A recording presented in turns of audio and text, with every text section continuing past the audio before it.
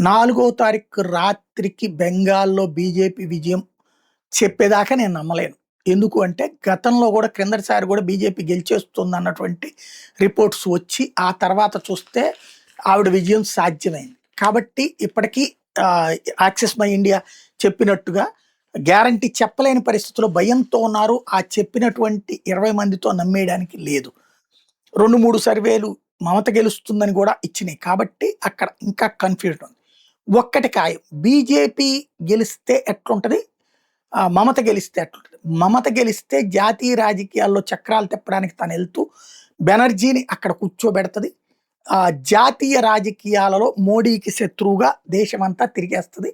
కాంగ్రెస్ కూటమి ఆమెను ముందు బెడతది. అదే బీజేపీ గెలిచిందంటే మమత రాజకీయ జీవితం కనుమరుగైపోతుంది. మరొక మాయావతిగా మిగిలిపోతుంది.